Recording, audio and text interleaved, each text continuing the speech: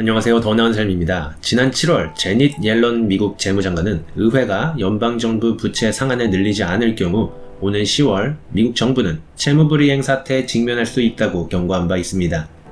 대부분의 사람들은 설마 미국 정부가 망하겠냐, 말도 안 되는 소리 좀 하지 말라고 할 텐데요. 채무불이행은 쉽게 말해 돈 빌려놓고 안 갚는 것입니다. 부도라고도 부르죠. 세계에서 제일 강한 나라가 망하다니 좀처럼 이해가 되지 않으실 텐데요. 일단 미국이라는 국가와 미국 정부를 구분해서 생각해 봐야 합니다. 일반적으로 세계 최강 미국이라 함은 미국의 기업, 인구, 자원, 인프라, 인적 자원, 기술, 군사력 등 다양한 요소들을 포괄하는 말입니다. 한편 정부라는 것은 넓게 보면 입법부, 행정부, 사법부를 통해 나라의 일을 처리하는 조직체이고, 좁게 보면 삼권 분립에 의해 행정을 맡아보는 국가기관을 말하죠. 즉 현재 미국 정부의 부도 사태는 미국이 망하는 게 아니라 미국 정부가 채무를 갚지 못할 위기에 처했다고 이해해야 하는 것이죠. 정부의 예산은 세입과 세출로 이루어집니다. 정부의 수입은 세금입니다. 그리고 거둔 세금은 다양한 목적으로 사용됩니다. 공무원들에게 월급을 주고 실업자에게 실업수당을 주고 국방을 위해 군인 월급, 전투기 구입 등이 정부의 지출이 됩니다. 통상 대부분의 각국 정부들은 늘 적자입니다. 세금을 많이 걷게 되면 경제가 침체되니 세율을 막 올릴 수 없는 노릇이고, 사회 구성원들은 정부에게 돈 좀 쓰라고 정치권을 통해 난리를 치니 써야 할 곳은 넘쳐납니다. 그래서 늘 세입보다 세출이 많고 결국 정부는 빚을 냅니다. 미국 정부는 중앙은행인 연방준비제도에서 돈을 빌립니다. 연방준비제도는 달러를 발행하는 기관입니다. 정부가 돈을 빌려달라고 하면 언제든 돈을 찍어서 공급해 줄 수 있습니다. 그렇게 연방준비제도는 정부로부터 받을 돈인 정부 채권이 생기고, 미국 정부는 연방준비제도에 갚을 돈이 생깁니다. 연방준비제도는 국가 소유가 아닌 민간은행 소유입니다. JP모건 등 사립은행들이 지분을 100% 소유하고 있으며 미국 정부의 지분은 없습니다. 하지만 연방준비제도의 이사회는 정부가 임명하고 미국 의회에서 인준합니다. 은행은 소유만 했을 뿐입니다. 통상 주식회사는 주주가 주주총회를 통해 이사회를 선임하고 이들이 회사를 경영합니다. 즉 주주의 입맛대로 움직입니다. 하지만 연방준비제도는 대통령이 이사회를 임명합니다. 연준을 소유한 은행이 아닌 정부에 의해 임명되는 것이죠. 그리고 연준의 이사회의 임기를 14년으로 보장해주면서 정부와 연준 간의 독립성을 유지하도록 합니다. 연방준비제도는 특별한 사정이 없는 한 미국 정부가 돈이 필요할 때 빌려줍니다. 그렇게 빌린 돈이 현재 28조 4천억 달러이니 정말 천문학적 숫자입니다. 단순히 많다고 위험하다 생각하면 안 됩니다. 정부가 빌린 돈들은 그저 세금을 왕창 걷으면 갚을 수 있습니다. 세금을 걷게 되는 대상은 기업과 가계이고요.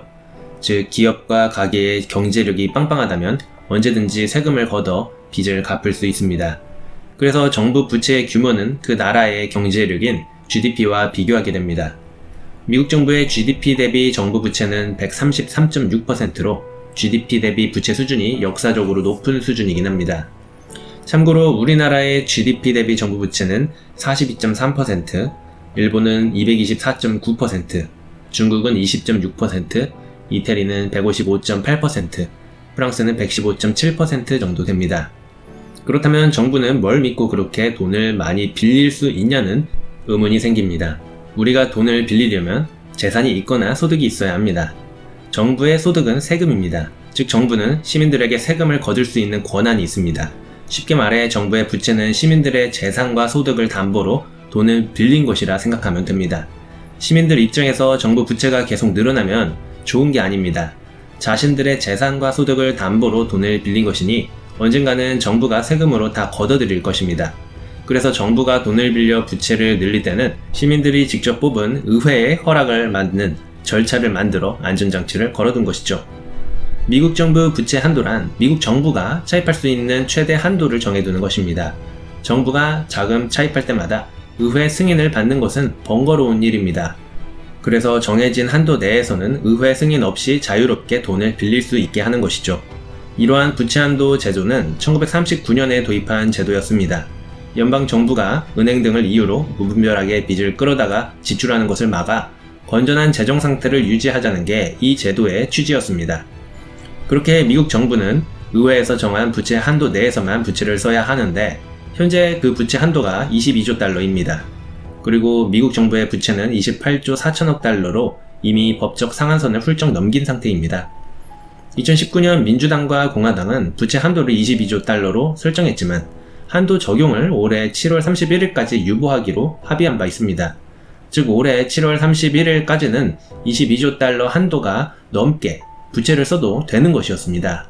그런데 그 사이 코로나19 사태가 터졌고 미국 정부는 전례 없는 돈풀기를 시도하면서 결국 한도가 훌쩍 초과된 상황입니다. 그리고 유예 기간이 종료된 2021년 7월 30일부터 미국 정부는 더 이상 신규 부채 발행이 막히게 됩니다. 현재 미국 의회에서 협상 중인 법안은 기존 부채 한도 22억 달러에 대한 적용을 내년 12월까지 유예해달라는 것인데요. 일단 민주당이 주도하는 하원에서는 법안이 가결되어 통과됐는데 현재 상원에서는 야당인 공화당의 반대에 부딪혀 표결조차 못하고 있습니다. 만약 원활하게 법안 통과가 이루어지지 않으면 정부의 셧다운을 피할 수 없을 것이라는 예상인데요. 현재 미국 정부는 계획된 지출을 미루는 식의 비상조치로 겨우 연명하고 있지만 전문가들은 올 10월 15일에서 11월 4일 정도에 그 돈이 모두 고갈될 것으로 예상하고 있습니다. 셧다운이란 미국 정부가 운영을 중단하는 것입니다. 즉 정부가 공무원에게 월급을 줄 수 없으니 미국의 일부 부서들의 공무원들을 강제로 무급 휴가로 보내는 것이죠. 공무원들이 한꺼번에 일시적 실업 상태에 놓이니 경제적인 손해가 크고 미국 정부에 대한 신뢰도 떨어지는 효과를 낳습니다. 그동안 셧다운이 아예 없었던 것은 아닙니다.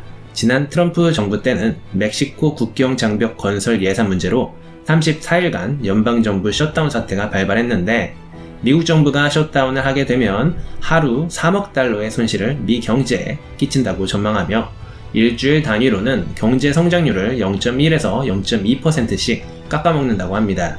그래서 이러한 우려들로 주식시장이 흔들리는 것이죠. 그렇다면 미국 경제가 망하게 생겼는데 왜 미국 상원에서는 법안 통과를 안 하는 것일까요? 양당 간의 첨예한 의견 대립이 있기 때문인데요.